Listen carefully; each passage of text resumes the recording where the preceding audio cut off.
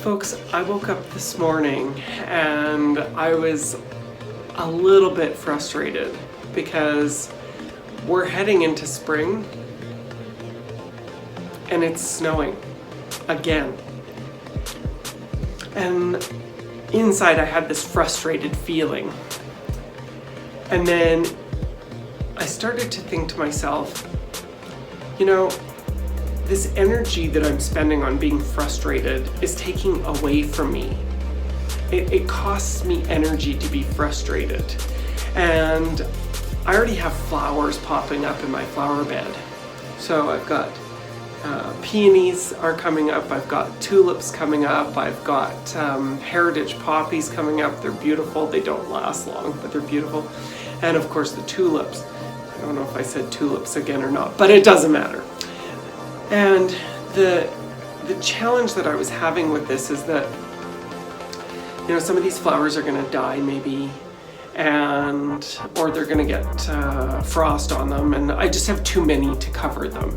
It's not worth the effort of trying to get something to cover it until the snow goes away.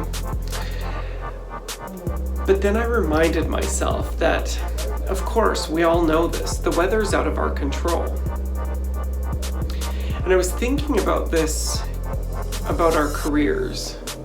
When you look at the level of frustration that you have right now, when you look at the level of irritant that you have right now, or you look at the level of non-responsiveness that you have from someone, or you look at the level of chasing that you have to do with an employer, or maybe you're herding the cats, which are usually the bigwigs, right? It's like herding cats, right? Everybody's got their own ideas, their own agenda, and you're trying to get what you need to get your job done. Maybe you work in a situation where you feel like you have no influence. My question is, like me with the weather today, how much energy and anxiety and thought are you putting into things that are out of your control in your career? So here's a couple of tips. The first thing that I would do is I would recognize that something is out of your control. And if it is truly out of your control, spending any time or energy on something out of your control is a waste of your time. The second thing I would do is I would focus on what's in your control. So create a list, write down, this is what's in my control in this situation. The third thing I would do is start to strategize with what's in your control to make you start to feel better.